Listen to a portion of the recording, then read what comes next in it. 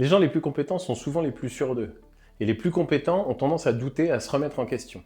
Si vous avez déjà eu l'impression de ne pas mériter votre poste, de tromper votre monde ou de devoir travailler 2 fois plus que les autres pour compenser, cette vidéo va vous expliquer pourquoi c'est plutôt bon signe. Le syndrome de l'imposteur. C'est ce sentiment que vous n'êtes pas légitime, que vos succès sont dus à la chance ou au hasard, que tôt ou tard, il y a quelqu'un qui va se rendre compte que vous n'êtes pas à la hauteur, et le problème, c'est que ce doute ne vous aide pas, parce que ça vous empêche de postuler sur certains postes.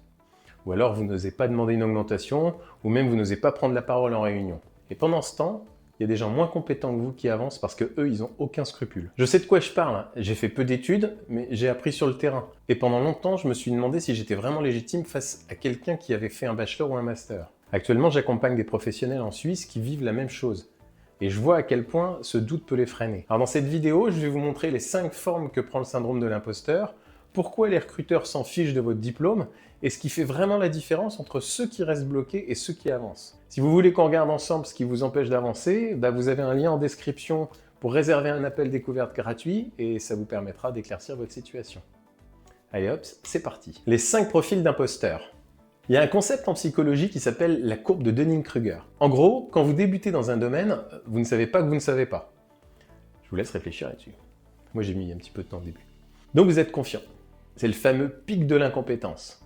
Et puis, plus vous apprenez, plus vous réalisez l'étendue de ce qui reste à maîtriser. Et là, votre confiance chute. On appelle ça la vallée du désespoir. Vous imaginez un peu. Le truc, c'est que les vrais experts, ceux qui en savent le plus, restent souvent dans cette zone de doute. Alors que les incompétents, eux, sont bloqués sur leur pic de confiance.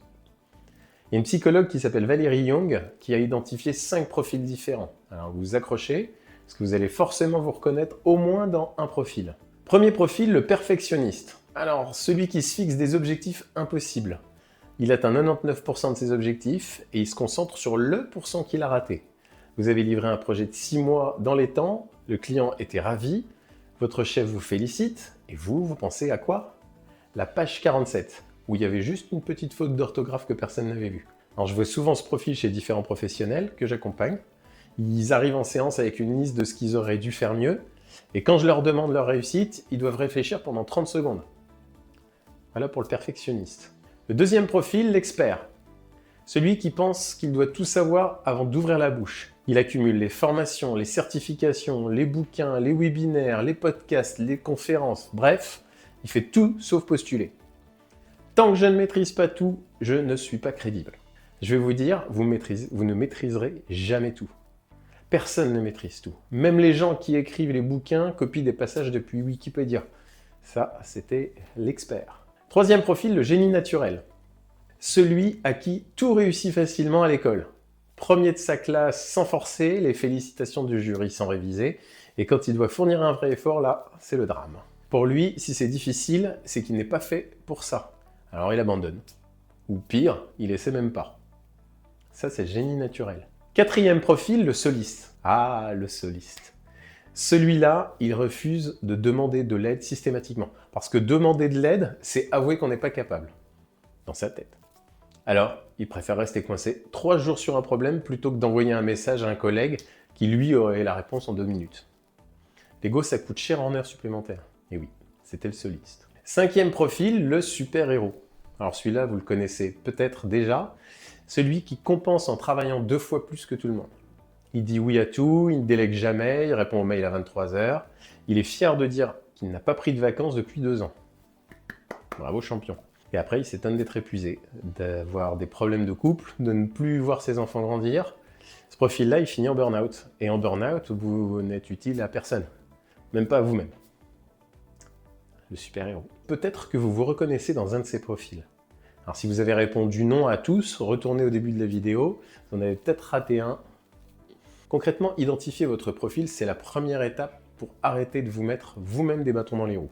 Si vous voulez qu'on identifie ensemble ce qui vous pose problème et comment débloquer ce problème, vous avez un lien en description pour réserver un appel, c'est gratuit et ça vous donnera de la clarté sur votre situation. On continue. Ce que les recruteurs voient vraiment. Maintenant, je vais vous dire un truc qui va peut-être vous surprendre. Quand j'étais côté entreprise, quand je recrutais, le diplôme, ça pesait combien dans ma décision? 0. Niente. Nada. Nothing. Kutchi. Ce qui comptait, c'était la passion, la curiosité, l'ouverture d'esprit, la motivation, bien sûr le côté technique, c'est indispensable. Et c'est surtout tout ce que je viens d'annoncer avant qui était important. Alors est-ce que cette personne, elle a envie d'apprendre? Est-ce qu'elle va s'investir? Est-ce qu'elle va s'adapter quand les choses vont changer? Et en plus de 20 ans de recrutement, je n'ai jamais écarté un candidat parce qu'il n'avait pas la bonne école ou le bon parcours. Jamais. Les profils parfaits sur le papier. Par contre, des profils parfaits sur le papier qui étaient des catastrophes en poste, ça, j'en ai vu quelques-uns. Le CV impeccable, les grandes écoles, les certifications dans tous les sens, la photo LinkedIn parfaite. Tout ce qui rassure un RH qui est pressé. Et une fois en poste, ils sont incapables de s'adapter, incapables de bosser en équipe, incapables de résoudre un problème qui n'était pas dans le manuel. Pourquoi? Parce que souvent, c'était des gens qui n'avaient pas choisi leur métier. Ils avaient suivi la volonté des parents, le chemin qui paraissait lucratif, et un jour, ils se retrouvent, ils ont 40 ans dans un job qu'ils détestent, avec un CV en béton et aucune envie de se lever le matin. Je vais vous donner un exemple inverse. J'ai eu une équipe de gens qui venaient du domaine de la santé. Une opportunité s'est présentée pour eux de passer au niveau informatique, donc d'avoir un salaire légèrement augmenté, et donc forcément, ils ont sauté dessus. Zéro formation initiale en informatique.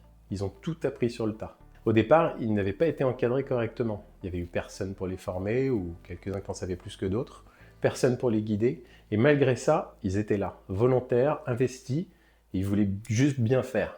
Le jour où ils ont eu le bon encadrement, la formation et le soutien dont ils avaient besoin, ils ont évolué à une vitesse que je n'avais jamais vue.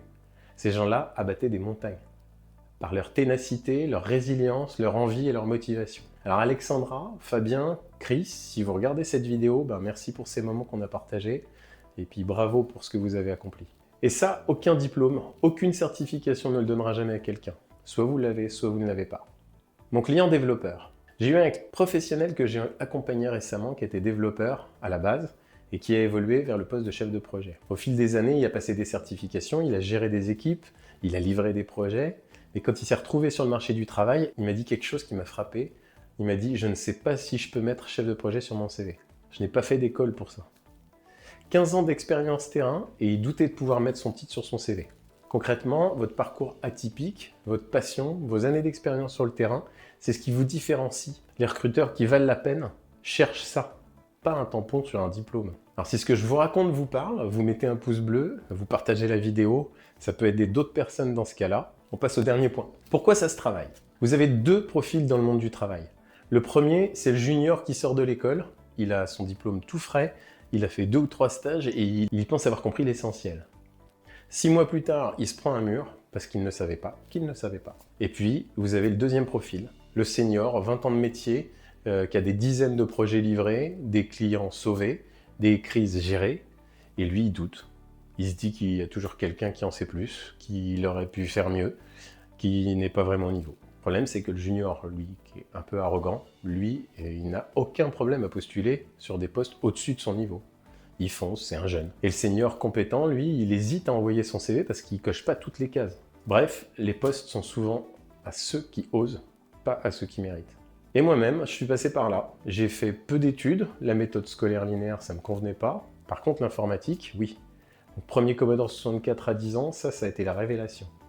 C'est ma curiosité qui m'a amené dans ce métier. J'ai assisté à des formations, j'ai obtenu des certifications pour confirmer mes acquis et combler les trous. Avoir le niveau minimum, au moins, pour être considéré comme professionnel, en tout cas pour moi. Et pendant longtemps, j'avais ce doute. Est-ce que je suis vraiment légitime face à quelqu'un qui a fait 5 ans d'école?